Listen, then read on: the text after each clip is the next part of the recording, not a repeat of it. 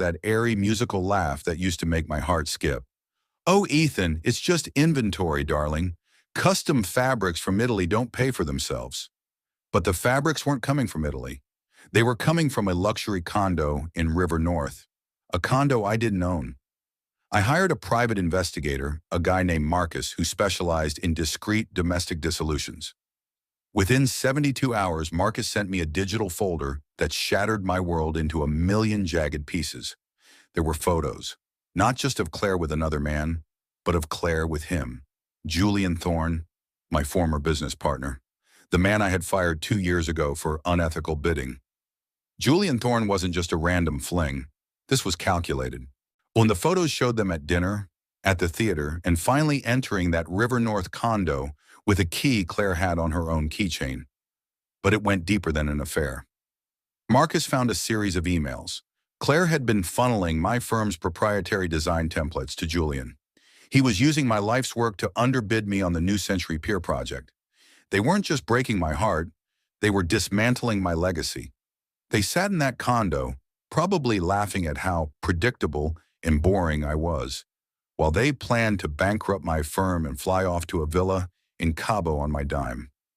As I sat in my office at 2 a.m., staring at the blue light of the monitor, the pain evaporated.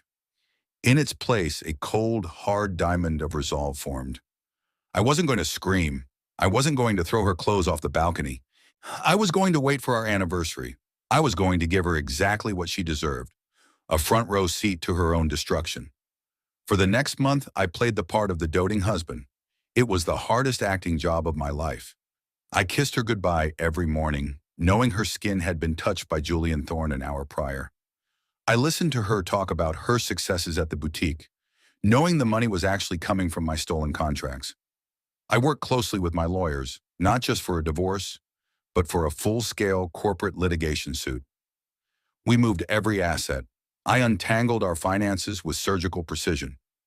By the time the anniversary rolled around, Claire officially owned the boutique, and all the massive hidden debts I had quietly shifted into its corporate name. Hey, she wanted to be an independent business mogul? Fine. She could start by being responsible for the $1.2 million in operational loans that were now her sole burden. Before we continue, take a second and share your thoughts so far on this story below. I read every single one. I want to know, if you discovered your partner was not just cheating, but actively trying to ruin your career, would you confront them immediately? Or would you wait for the perfect moment like I did? The day of our anniversary, March 22nd, was overcast.